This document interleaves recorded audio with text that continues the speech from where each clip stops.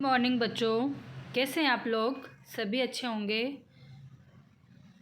आज हम कक्षा 11 का पाठ बाल मुकुंद गुप्त, जिनका शीर्षक है विदाई संभाषण, उसका अध्ययन करेंगे। यह बाल मुकुंद गुप्त जी ने यह पाठ लॉर्ड कर्जन को संबोधित करके लिखा गया था जब वह भारत में गवर्नर थे, यानी जनरल थे, है ना, गवर्नर जनरल थे। उनको संबोधित करके लिखा गया पाठ है। आइए जानते हैं इनका परिचय। इनका जन्म यानी बाल मुकुंद गुप्त का जन्म सन 1865 ग्राम गुड़ियानी, जिला रोहतक, हरियाणा में हुआ था। प्रमुख संपादन अखबार चुनार, हिंदुस्तान, हिंदी बंगवासी, भरत मित्र आदि। इनकी प्रमुख रचनाएं हैं शिव शंभू के चिट्ठे और खत, खेल तमाशा आदि। इनकी मृत्यु सन 1907 में हुई। आइए इनका साहित्यिक परिचय देखते हैं। गुप्त जी की आरंभिक शिक्षा उर्दू में हुई, बाद में उन्होंने हिंदी सीखी। विधिवत शिक्षा मिडिल तक प्राप्त की, मगर स्वाध्याय से काफ़ी ज्ञान अर्जित किया। वे खड़ी बोली और आधुनिक हिंदी साहित्य को स्थापित करने वाले लेखकों में से एक थे। उन्हें भारतेंदु युग और द्विवेदी युग के बीच के कड़ी के रूप में देखा जा सकता है। बाल मुकुंद गुप्त राष्ट्रीय नवजागरण के सक्रिय पत्रकार थे। उस दौर के अन्य पत्रकारों की तरह वे साहित्य सृजन में भी सक्रिय रहे। पत्रकारिता उनके लिए स्वाधीनता संग्राम का हथियार थी। यही कारण है कि उनके लेखन में निर्भीकता पूरी तरह मौजूद है, साथ ही उसमें व्यंग्य विनोद का भी पुट दिखाई पड़ता है। उन्होंने बांग्ला और संस्कृत की कुछ रचनाओं के अनुवाद भी किए। वे शब्दों के अद्भुत पारखी थे। अनिश्चितता शब्द की शुद्धता को लेकर एक बार उन्होंने महावीर प्रसाद द्विवेदी जी से लंबी बहस की। इस तरह के अनेक शब्दों पर उन्होंने बहस चलाई।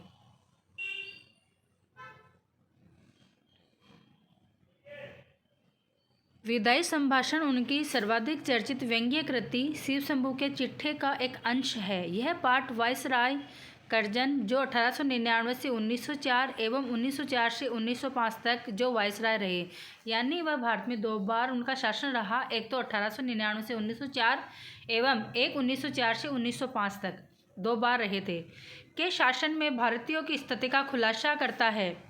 कहने को उनके शासनकाल में विकास के बहुत सारे कार्य हुए, नए नए आयोग बनाए गए, किंतु उन सब का उद्देश्य शासन में गौरों का वर्चस्व स्थापित करना एवं साथ ही इस देश के संसाधनों का अंग्रेजों के हित में सर्वोत्तम उपयोग करना था। हर स्तर पर कर्जन के अंग्रेजों का वर्चस्व स्थापित करने की कोशिश की। वे सरकारी निरंकुशता के पक्षधर थे, लिहाजा प्रेस की स्वतंत्रता तक उन्होंने प्रतिबंध लगा दिया। अंततः काउंसिल में मनपसंद अंग्रेज सदस्य नियुक्त करवाने के मुद्दे पर उन्होंने देश विदेश दोनों जगहों पर नीचा देखना पड़ा। क्षुब्ध होकर इन्होंने इस्तीफा दे दिया और वापस इंग्लैंड चले गए। पाठ में भारतीयों की बेबसी, दुख एवं लाचारी को व्यंग्यात्मक ढंग से लॉर्ड कर्जन की लाचारी से जोड़ने की कोशिश की गई है। साथ ही यह दिखाने की कोशिश की गई है कि शासन के आतताई रूप से हर किसी को कष्ट होता है, चाहे वह सामान्य जनता हो या फिर लॉर्ड कर्जन जैसा वायसराय। यह उस समय लिखा गया गद्य का नमूना है जब प्रेस पर पाबंदी का दौर चल रहा था। ऐसी स्थिति में विनोद प्रियता, चुलबुलापन, संजीदगी, नवीन भाषा प्रयोग एवं रवानगी के साथ ही यह एक साहसिक गद्य का नमूना भी है। रीड न करके पाठ की महत्वपूर्ण बिंदुओं पर नज़र डालते हैं, थोड़ा सा प्रकाश डालते हैं। केवल सारांश रूप पढ़ेंगे। पाठ का सारांश है, विदाई संभाषण पाठ वायसराय कर्जन, जो 1899, 1904 व 1904-1905 तक 2 बार वायसराय रहे, के शासन में भारतीयों की स्थिति का खुलासा करता है। यह अध्याय शिव शंभू के चिट्ठे का अंश है। कर्जन के शासनकाल में विकास के बहुत कार्य हुए, नए नए आयोग बनाए गए, किंतु उन सब का उद्देश्य शासन में गौरों का वर्चस्व स्थापित करना तथा इस देश के संसाधनों का अंग्रेजों के हित में सर्वोत्तम उपयोग करना था। कर्जन ने हर स्तर पर अंग्रेजों का वर्चस्व स्थापित करने की चेष्टा की। वे सरकारी निरंकुशता के पक्षधर थे, लिहाजा प्रेस की स्वतंत्रता पर उन्होंने प्रतिबंध लगा दिया। अंततः कौंसिल में मनपसंद अंग्रेज सदस्य नियुक्त करवाने के मुद्दे पर उन्हें देश विदेश दोनों जगहों पर नीचा देखना पड़ा। क्षुब्ध होकर इन्होंने इस्तीफा दे दिया और वापस इंग्लैंड चले गए।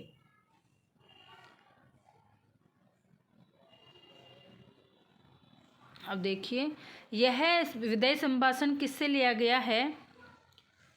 तो यह शिव शंभू के चिट्ठे से लिया गया है, जो 1904-1905 में लिखा गया था।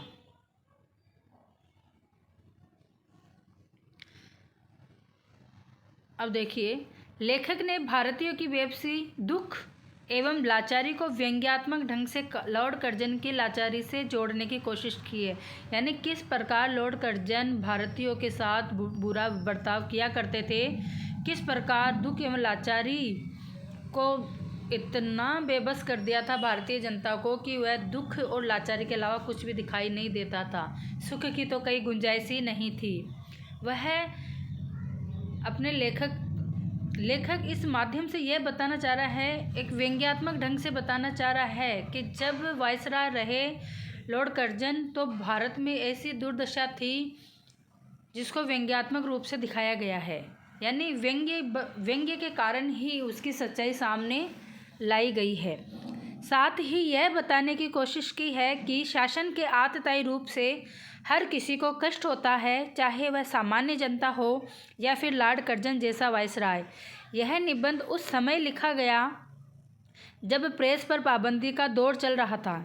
ऐसी स्थिति में विनोद प्रियता, चुलबुलापन, संजीदगी, नवीन भाषा प्रयोग एवं रवानगी के साथ यह एक उन सब का उद्देश्य शासन में गौरव का वर्चस्व स्थापित करना था। यानी केवल और केवल भारत जैसे देश में अंग्रेजों का राज चले, यह ऐसा शासन व्यवस्था करना चाहता था, यह ऐसा शासन लागू करना चाहता था। बस मेन मकसद इसका यही था। इस देश के संसाधनों का अंग्रेजों के हित में सर्वोत्तम उपयोग करना था। कर्जन ने हर स्तर पर अंग्रेजों का वर्चस्व स्थापित करने की चेष्टा की। वे सरकारी निरंकुशता के पक्षधर थे, लिहाजा प्रेस की स्वतंत्रता पर इन्होंने प्रतिबंध लगा दिया। अंततः कौंसिल में मनपसंद अंग्रेज सदस्य नियुक्त करवाने के मुद्दे पर उन्हें देश विदेश दोनों जगहों पर नीचा देखना पड़ा। और वह लास्ट में क्या करते हैं कि यह अपने पद से यानी वायसराय के पद से इस्तीफा देकर इंग्लैंड चला जाता है।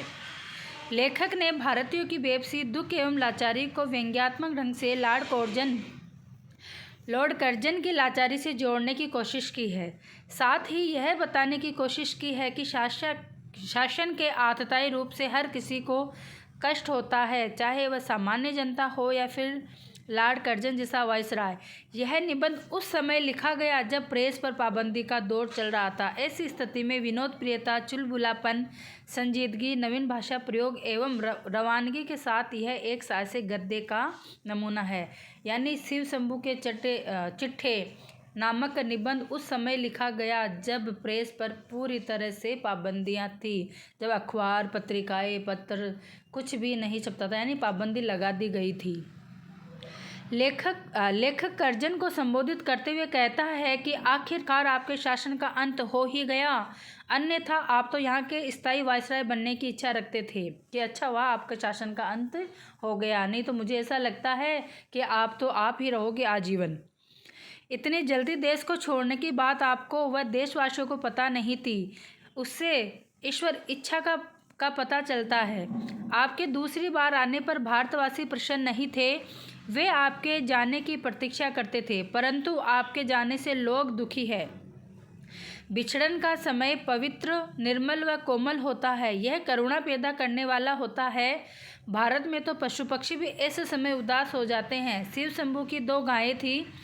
बलशाली गाय कमजोर को टक्कर मारती रहती थी। एक दिन बलशाली गाय को पुरोहित को दान दे दिया गया, परंतु उसके जाने के बाद कमजोर गाय प्रसन्न नहीं रही, उसने चारा भी नहीं खाया। यहाँ पशु ऐसे हैं तो मानव की दशा का अंदाज़ा लगाना मुश्किल होता है। यानी यहाँ पर तो भारत देश में तो जानवर भी ऐसे हैं कि अगर मनुष्य को कुछ हो जाता है तो जानवर के गले में एक भी निवाला नहीं उतरता है, और आप तो ऐसी बात करते हो। इस देश में पहले ही अनेक शासक आए और चले गए, यह परंपरा है, परंतु आपका शासनकाल दुखों से भरा था। कर्जन ने सारा राजकाज सुखांत समझकर किया था, उसका अंत दुख में हुआ।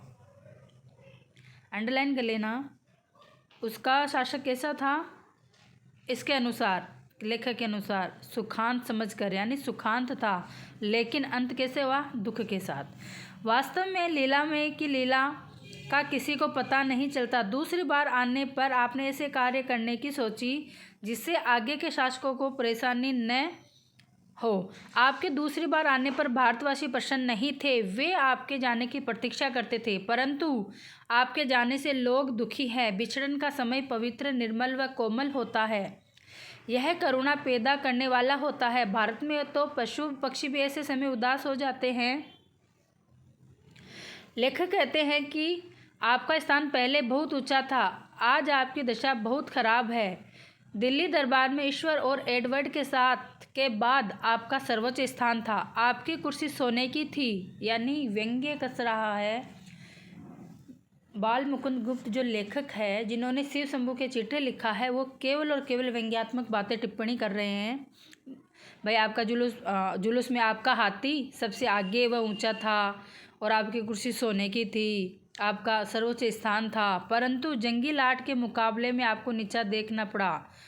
आप धीर व गंभीर थे, परंतु काउंसिल में गैर कानूनी कानून पास करके और कन्वोकेशन में अनुचित भाषण देकर अपनी धीरता का दिवाला निकाल दिया।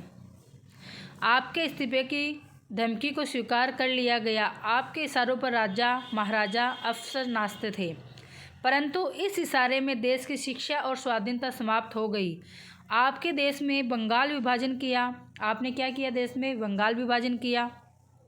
अंडरलाइन कर लेना। देश में क्या कार्य? बंगाल विभाजन किसने किया? वायसरॉय लॉर्ड कर्जन ने। मर्जी, परंतु आप अपनी मर्जी से एक फौजी को इच्छित पद पर नहीं बैठा सके, अतः आपको इस्तीफा देना पड़ा। लेखक कहता है कि आपका मनमाना शासन लोगों को याद रहेगा। आप ऊंचे चढ़कर गिरे हैं, परंतु गिरकर पड़े रहना अधिक दुखी करता है। ऐसे समय में व्यक्ति स्वयं से घृणा करने लगता है। आपने कभी प्रजा के हित की नहीं सोची। आपने आंख बंद कर हुक्म चलाए, यानी आपने कुछ नहीं किया। आपने किसी भारतवासी को मन की बात नहीं जानी, उसको क्या तकलीफ़ है, क्या दुख है, क्या व्यवस्था है उसके घर में या उसके मोहल्ले में, उसके शहर में, कुछ नहीं पूछा। केवल और केवल अपने ही मन की चलाई है। आपने हर काम अपनी जिद से पूरे किए हैं। केसर और जार भी घेरने घोटने से प्रजा की बात सुनते थे।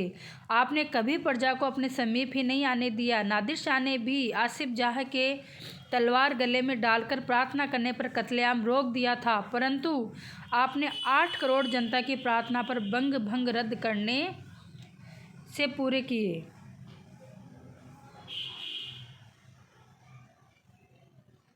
हाँ, पर भंग रद्द करने का फैसला नहीं लिया।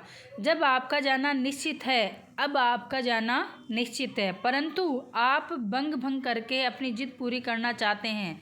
ऐसे में प्रजा कहाँ जाकर अपना दुख जताए?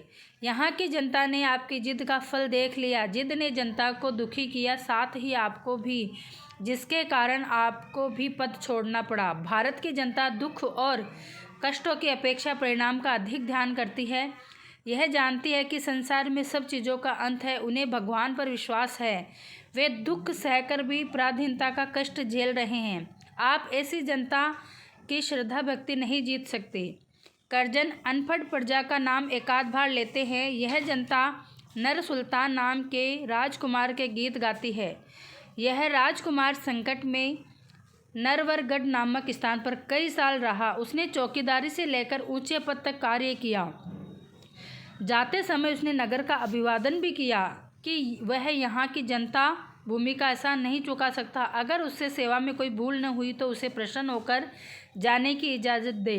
जनता आज भी उसे याद करती है और आप इस देश के पढ़े लिखों को देख नहीं सकते।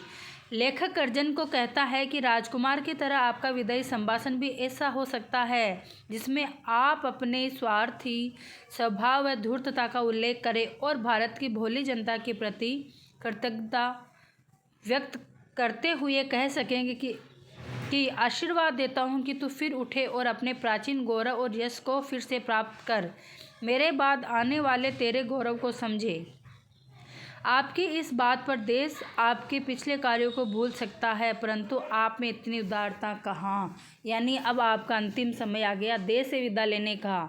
तो विदाई संभाषण उसको संबोधित करके लिखा गया है और हम आपको खुशी खुशी विदाई दे देंगे। और हम ये नहीं करेंगे दुआ कि आपका शासन वापस फिर से भारत में आए, क्योंकि हम आपसे दुखी हो चुके हैं, आपसे बहुत ज़्यादा दुखी हो चुके हैं। बस यही दुआ करते हैं कि आप भारत छोड़ के चले जाएं।